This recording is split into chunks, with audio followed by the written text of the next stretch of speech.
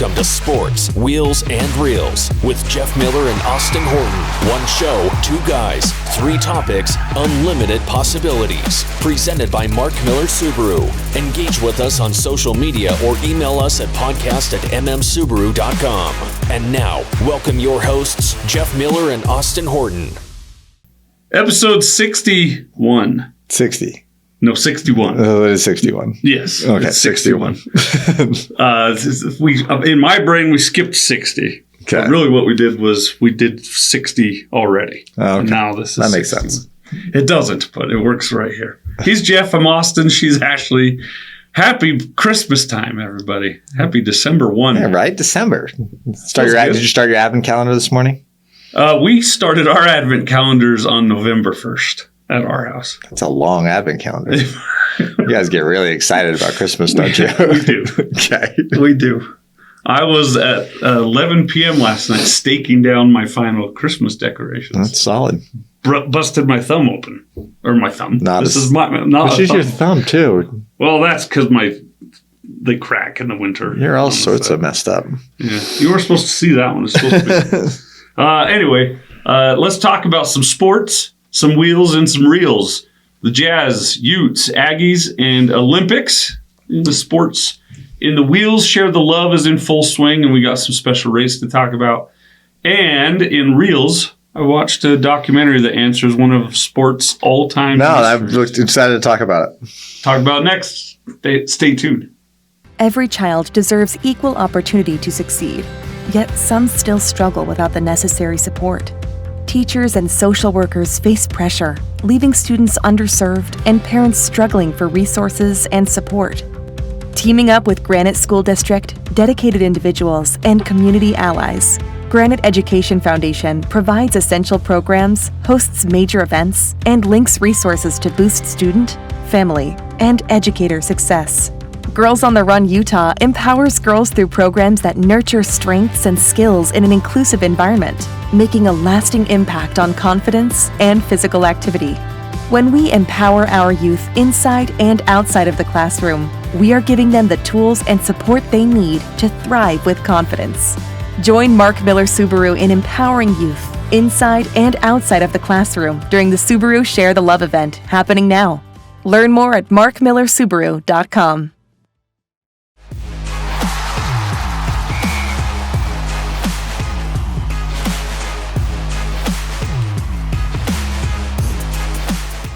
Jeff, let's talk about the Sports! Utah Jazz. The Jazz. Okay, so I saw this on Twitter. Okay. And that has to make it real. Well, yes. If you are it's on X. Or X, formerly known as Twitter, as I see in every, do you know that's the official AP style to reference really? Twitter now as X, formerly known as Twitter. All right. If you're at Danny Ainge, are you directing Will Hardy to go full bore for the play-in, or are you directing him, hey, let's full tank, get the top 3 pick? I don't think it's an either or. I mean, I think Danny Ainge is sitting in an office somewhere looking at a big board of names and trying to figure out ways to make some trades. Okay. I mean, I don't think this team, we have too many combo guards. It's just not constructed right. But it's not constructed to win right now anyway. I mean, the idea of this team isn't to win. The idea of this team is to develop talent for the future, and hopefully you build a team around Keontae, Markkanen, and Kessler, and then find another piece or 2 or 3. Might be 3, yeah. But the idea is that this is about development. It's about learning how to win. Like you can't. I don't like the development idea of tanking. I'm a true believer in the idea that culture is everything, and you got to teach a team how to win. And for a 14% chance at a first pick, I mean, it's not worth it. I'm a gambling man. That's bad odds. Or 60% chance at a top 3. Yeah, but I think it'll naturally happen. I just don't think the team's built right now to win. It's just there's too much of a fall off. I like the new starting lineup. Okay. I do like that. I mean, it's going to be interesting to see what happens with Fontecchio once Markkanen comes back, because Fontecchio's been playing great. His defense has been exceptional. Like no one would have ever thought in the world that Fontecchio would play defense. Yeah. And he was awesome against Ingram. Yes, he was. He had 2 straight games against Ingram where they're putting him on the best player, which who would have ever thought ever that any coach would say, they're best players out there. Let's pick Fontecchio. You got him. Yeah, right. Like, that's crazy. But, I mean, I think he could be part of the future. I mean, I think you're probably putting him in the number 4. Starting lineup number 4? But put him as like your 4 build around. Oh, gotcha. But one other nice thing about him, though, is he's building up his stock. Mm-hmm. So people know who he is now. You can throw him, and he's not just a throw in a trade anymore. He's actually an asset. He's on reports now. There's value, right? There's value in a trade. I mean, the way it works for the Jazz to win a title, the Jazz to get to that point where they're a contender again, so top 4 team in the West. That's the definition of contender. At that point, who knows what happens, right? Yep. Mm-hmm. The goal has always been get in the top 4 and hope you get some luck in the playoffs, right? So to do that, it's not going to be through the draft.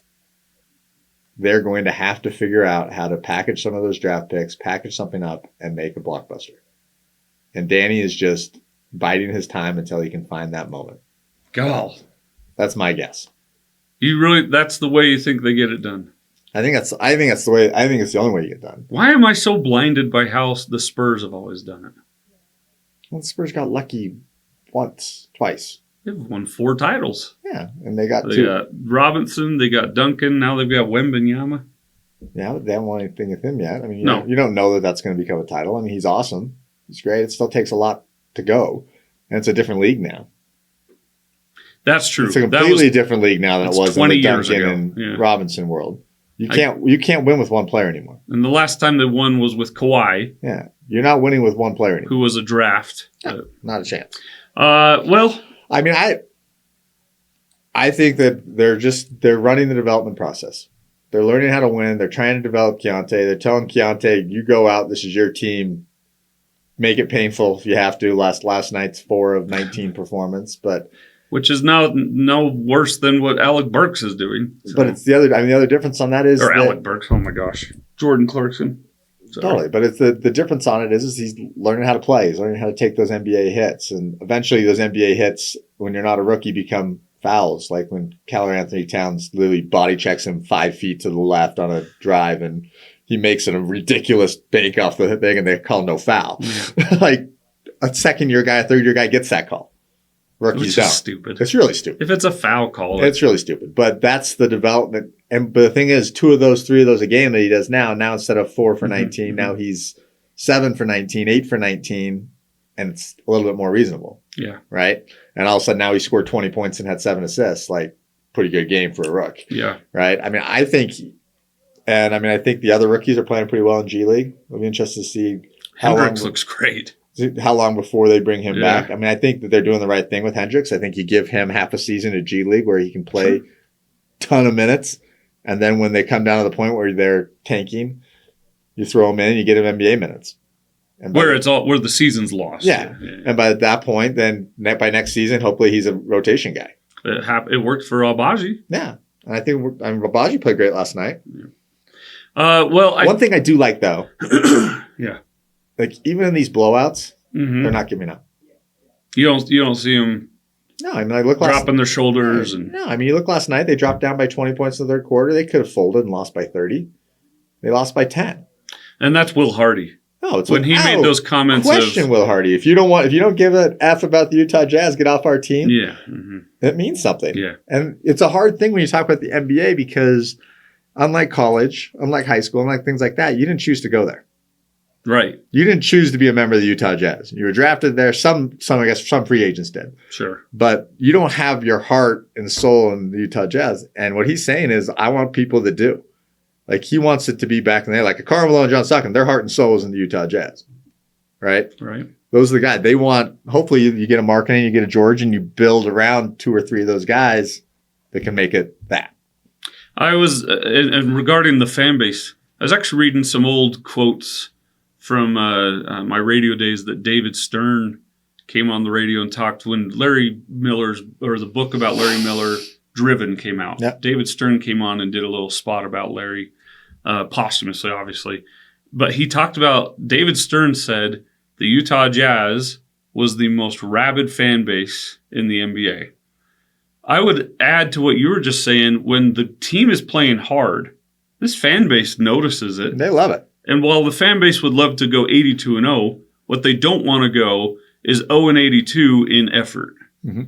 This team will have no problem with the 30-52 Jazz team if they're giving their all every game. Yeah, the fans will like it. They'll entertain it. They'll like it. It'll be entertaining. I think David Locke had a whole thing the other day about how much pain would you endure for a championship.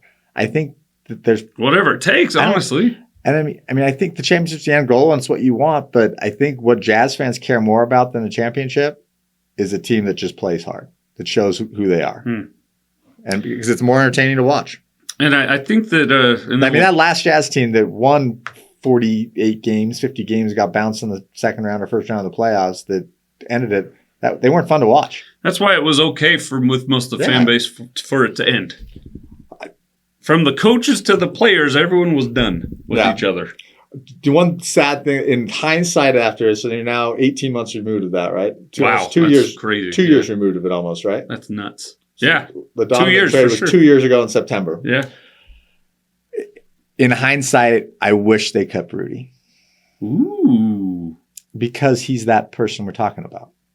His heart and soul was in Salt Lake City. He still lives here. Oh, yeah. He will always live here. Yeah. His heart and soul was in Salt Lake City. He grew up here. First time in the U.S. Like, this is his home in the United States. We watched him go from a lost boy to a grown man. I wish they would have gotten rid of Donovan, kept Rudy, and seen what Will could have done with it. Interesting. I think Quinn lost the team. Yep. It was over. Quinn didn't have a chance. But if you got rid of one of them, kept Rudy, and seen what you could build around that, I mean, at that point you would have had Rudy, Markkanen still. You wouldn't have Kessler. Are you out on Kessler? No, I love Kessler. Yeah. I think Kessler's going to be awesome. See, Kessler's a baby in this league. You got to still look at that. Like, as good as he's playing on D, he had that's where 5 blocks last night. That's where I'm kind of like, that's the argument I'll give you is I love Rudy. I kind of know Rudy personally a little bit. Rudy, I think, basketball-wise, was ready to move on as well. I don't know that he would have not been a problem going forward. Yeah. I think he would have The been hard fine. Part with Rudy is Rudy always said what he meant. That doesn't work. Said what he thought. Said what he thought. And that doesn't work as well in the NBA all the time. And especially when you have been close to contending and now you're a guy amongst 15 guys who know nothing about the NBA. Yeah. That would be hard on Rudy, I think. I think it would too. But I do like that team they're on now. I mean, I like that Minnesota team a lot. Yeah, we'll see what they do. They don't. I don't think they have the offense to win the playoffs. Mm-hmm. But if Anthony Edwards is healthy and he's fun, he's fun to watch. The one thing to remember with the Jazz is it was 2 years ago they were contending and never got to that point. It's only been 2 years, and the way things started last year, I think, got people a little bit of fool's gold. It's been 1 year. No, it's 2.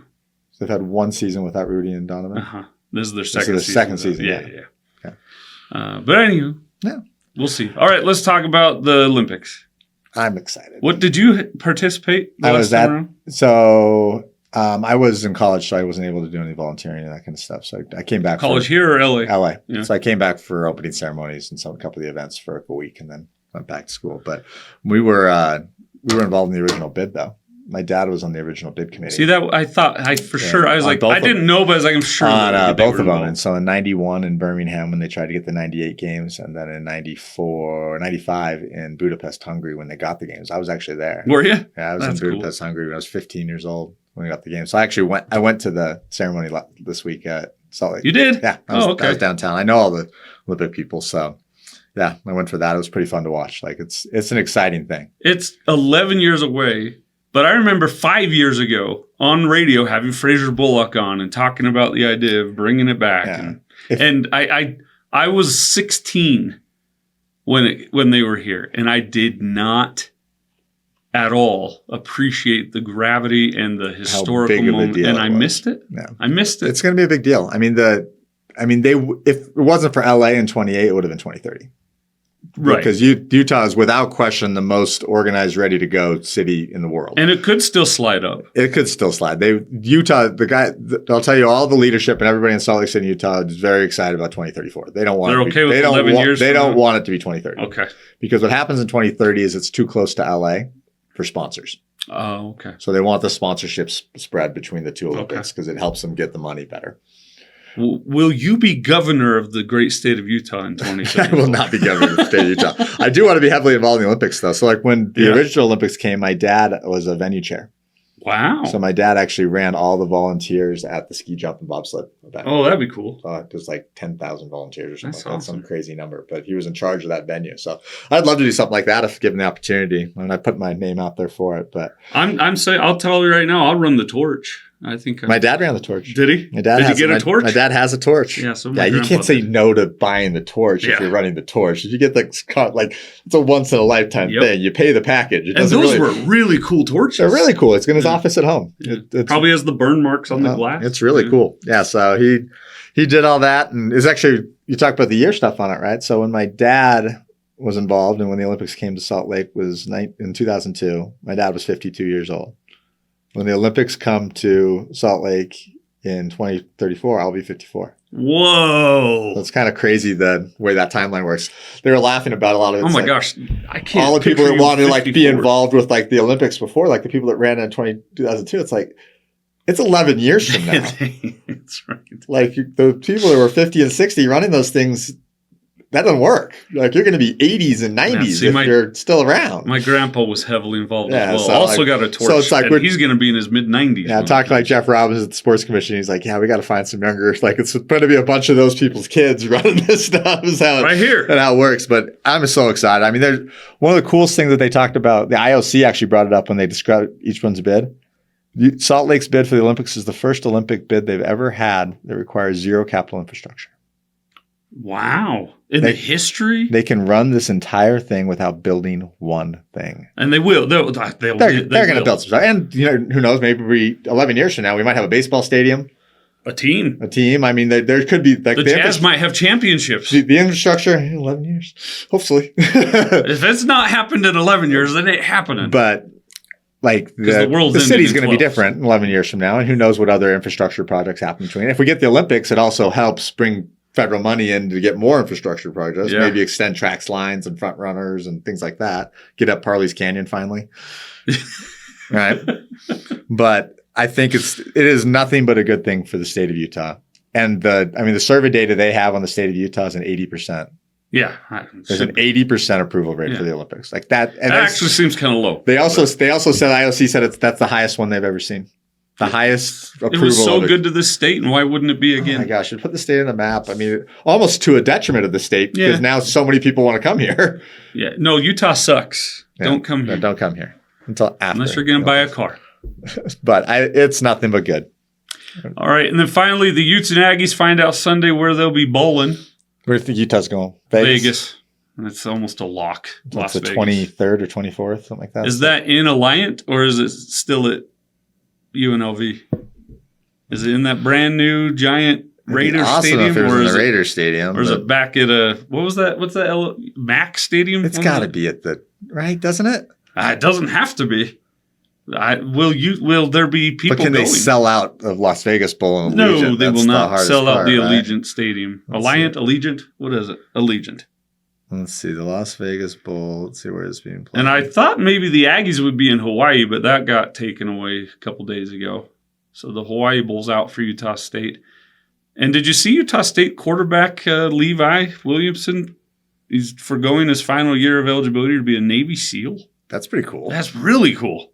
I was so impressed by his conversation he had with Hanson Scotty. It is at Allegiant Stadium. Is it? See, that's worth going just to see that place. 2023 Allegiant Bowl.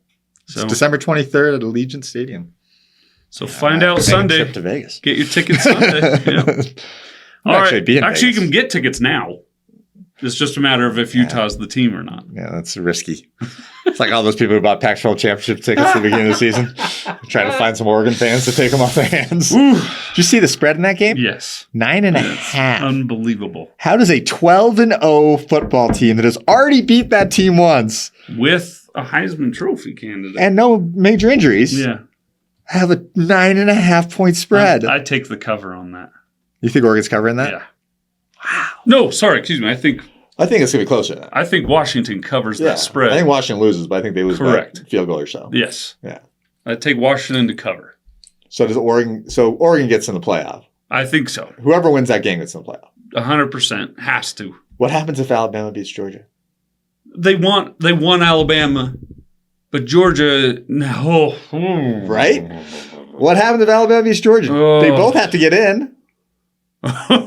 You can't take a 12-1 Georgia team that lost its conference championship. Or do you leave them both out and bring Ohio State back? Oh, dude. With Michigan. That's brutal. Oregon, Michigan, Ohio State. It's going to be if Alabama wins that game, all hell breaks Someone loose. in the SEC is getting in. That's why we need next year. Thank God next year it's a 12-team playoff. Yeah. Right?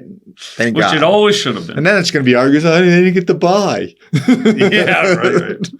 When Utah goes 12-0 and wins the Big 12 next year. Obviously. And they don't get the bye in the first round of the tournament. And Cam Heising is a Heisman Trophy. Has Keithy announced yet? Who? Keithy hasn't announced it. No, yet. Nate Johnson announced he's leaving, which he should. With Cam Rising coming back. So who's the quarterback in the bowl? Is that what's his name? The fifth string guy? Walk-on guy again. Terry or whatever. Or do you roll out some? Well, he didn't really throw the ball in that last call. I think he threw like 9 balls, 10 balls, something like that. I think you just go wildcat. Just literally hand the ball off to Jackson the whole game and see what happens. All right, coming up next in Wheels, let's talk about the Share the Love event and where Subaru came in on Consumer Reports reliability scale. Stay tuned. Be right back. Girls on the Run Utah holds a long-standing commitment to building a world where every girl can know and access her limitless potential, celebrating the whole girl. Their passion and dedication to inclusion, diversity, and equality empower every girl to build healthy physical and mental habits that last long beyond the program. Girls on the Run Utah has inspired thousands of young girls at a critical stage to build their confidence, kindness, and decision-making skills. Mark Miller Subaru is proud to support Girls on the Run Utah as their Loves Diversity partner. Together, Mark Miller Subaru and Girls on the Run Utah are empowering youth inside and outside of the classroom by supporting outreach efforts and enhancing necessary programs to ensure that every girl knows her full potential. Join Mark Miller Subaru in empowering youth inside and outside of the classroom during the Subaru Share the Love event happening now. Learn more at markmillersubaru.com.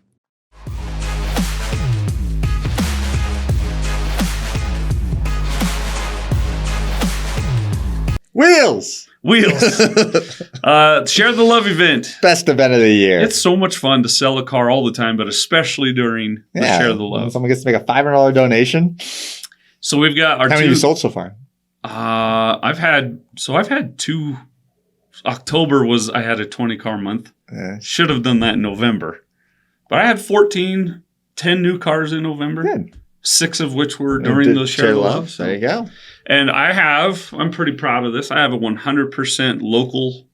They're all getting the locals. Yep. That's good. Because we love giving the double money to this year. We've got Girls on the Run Utah. Girls on the Run. Which is phenomenal. Yep. And the Grant Education Foundation. And they both have been here on Saturdays, alternating Saturdays, talking to customers. We've done a lot with Grant Education in the past and Girls on the Run Utah. Very, very, very deserving of the $250. We went down to $125 each. We went down to Grant Education Foundation on Wednesday and stuffed a bunch of Santa bags for kids, like Santa present bags. And the Jazz did it with us, and the Jazz brought like a bunch of really. I wanted one of those Jazz blankets. Like those Jazz blankets were amazing. Yeah, like there was like a Jazz pillow. There was like a Mark Miller Jazz like dual blanket. It was so awesome. Like, why is that not in the employee store? It's like I don't think they stole me one. But they get when you buy or lease a new car from now until January 4th, I think is the date. Mm-hmm. January 2nd. Thank you. We donate $250 and Subaru donates $250. So you get $500 one in of your 2 name. local nonprofits or one of the 4 national ones. No. We push everyone local. Well, we're trying to get to 90-95% local. We got to get there. That's our real goal. Yep. But so come in and even if you aren't in the market for a car, come in and talk to us about those local people. Or come into our service department. If you come and get oil changes in our service department, we make donations as well. True. Yep. Or your other big option is Subaru Blue beer is back. Hazy, not hazy. Hazy, not hazy's back. And so if you go there are quite a few bars downtown that have it. If you buy it at those bars, this isn't us. Proper is actually donating $1 for every beer. If you buy it at one of their restaurants or their brewery, you get that they'll donate $2. Awesome. For every beer they sell. So if you're a beer drinker, truly, even if you're not a beer drinker, I bought a couple last year for neighbors of mine. I don't drink, but they were amazing gifts to give to neighbors. Totally. And it's a unique thing. Really unique. They made the beer specifically for us. It was a special brew that they made last year for us. The can alone is cool. Yeah, that's really cool. So had one last night. That's what I smell. No, it's one last night. And it's an easy. From what I've been told, it's an easy drink. It's good. Not. Yeah. So come on in and enjoy the Share the Love event. Yeah, still have special rates on the Outbacks and Outback is 2939529. Ascent too, right? Ascent just dropped 394959. 394959. So great rates on those. And those are interest rates on loans. The lease rates are down too. Yeah, the other cool one we have is we have Solterras on the lot for sale. By the way, 0.9%. Yeah, but you want to lease it.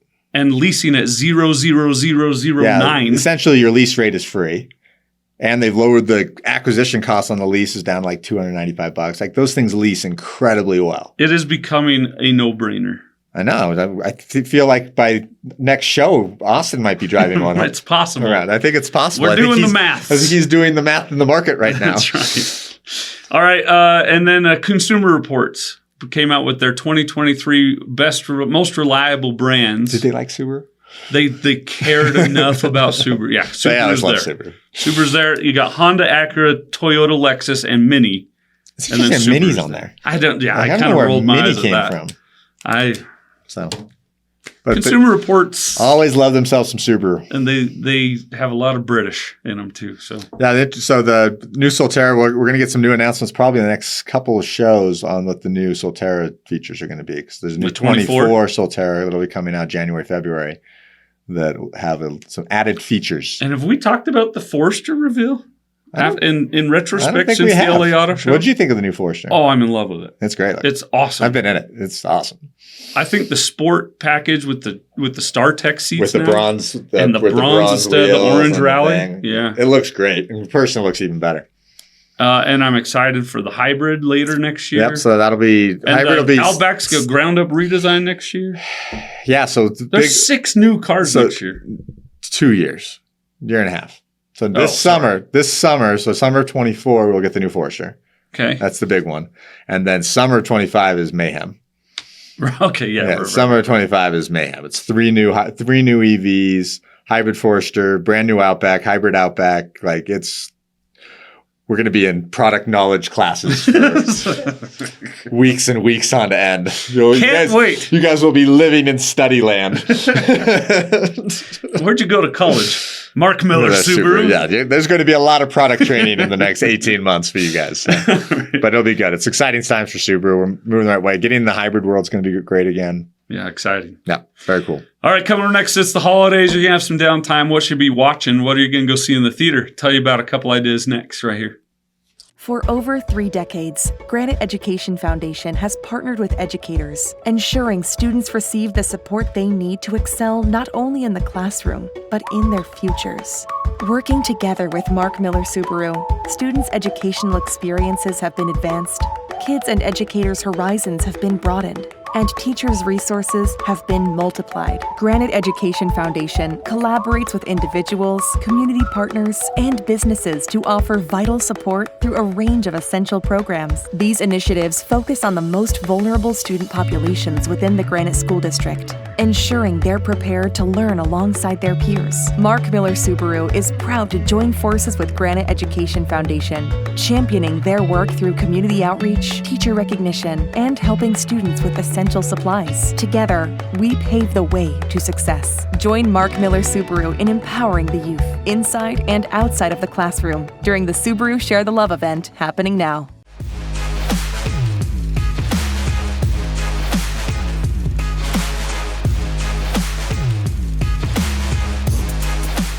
You a Barry Sanders fan? Who's not a Barry Sanders fan?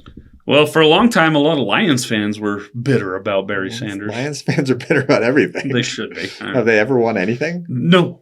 Well, yes, 1957. They won It was the last time they won a championship. It's a long time ago. There is a documentary on Amazon Prime Video called Bye Bye Barry. Here's the difference with them, though. Yeah. They not only not won championships, they've been bad. Horrible. Like, it's one thing to be They're the only 0-16 team in history. Well, it's one of the reasons, like, the Jazz haven't won a championship, but they've been so competitively good for 50 years that The fan base just loves them. Rarely could you circle the Jazz as a win. There's like, 5 seasons in the last 30 years that they've had a losing record? Yeah. Is it even that? 4? The Jazz? Yeah. 4. 4. Because since my childhood. We're the same-ish age. Yeah, since the 80s. Yeah. They've had 4 losing Late seasons. 80s, yeah. That's crazy. Yep. I think the Lions have had 4 in a row, haven't they? I think they've had 4 winning seasons since the late 80s. Yeah. They're just that bad. But this documentary examines, which I loved this documentary because Barry Sanders is involved in this documentary. I love those. Make them so much better. Right. It's no longer conjecture or opinion or guessing on why he walked away when he walked away. He tells you in this documentary why, and it makes complete sense. I know. I need to see this thing. And I was a little too young to really appreciate how classy of a dude Barry Sanders always was, and still is to this day. And he gets his 5 or 6 sons involved.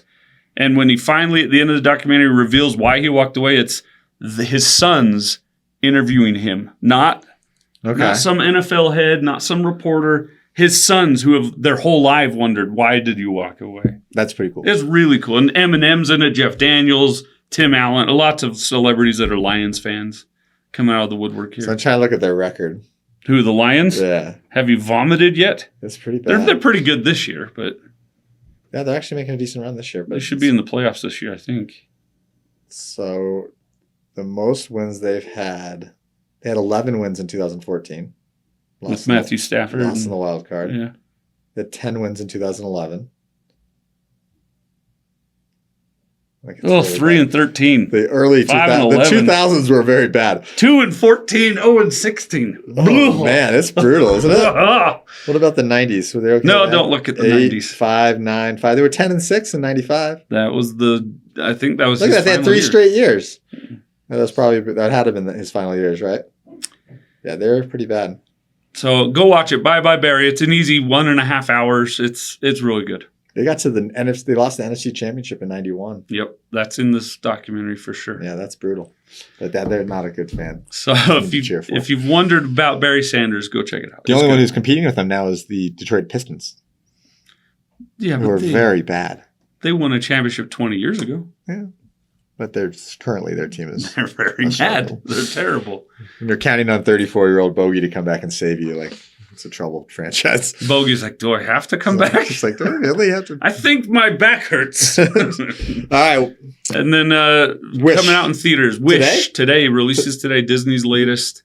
Bob Iger said this week that the messaging has been too heavy in their movies and shows. Isn't that what Disney movies are all about? Every Disney movie since the start of time has had a message. I think he means politically and culturally and yeah.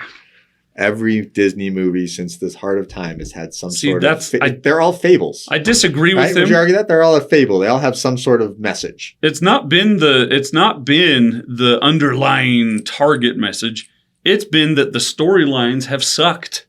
Yeah. They're bad. Wish is supposed to bring all the movies together. It's like the Wish Upon a Star thing, right? It looks terrible. Yeah. It truly looks awful. You know you'll go see it. I will not. My kids don't do well in the theater. So I'll see it on Disney Plus. So you'll wait till July 8th when it comes on Disney Plus. July 8th? I think it's July 8th. I think it's going to be January 8th. They think it's that bad in the theaters that they really just pop it right in there? The holidays, Disney, everyone's taking their kids to that. So I agree.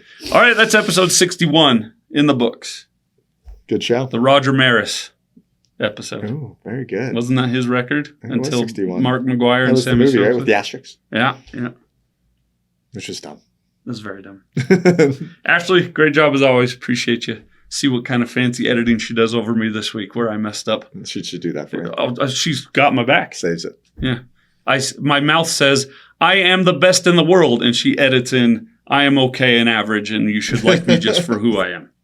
All right, he's Jeff from Austin. Ashley, we'll see you next time on episode 62. Till then, Utah by 5. Trust me.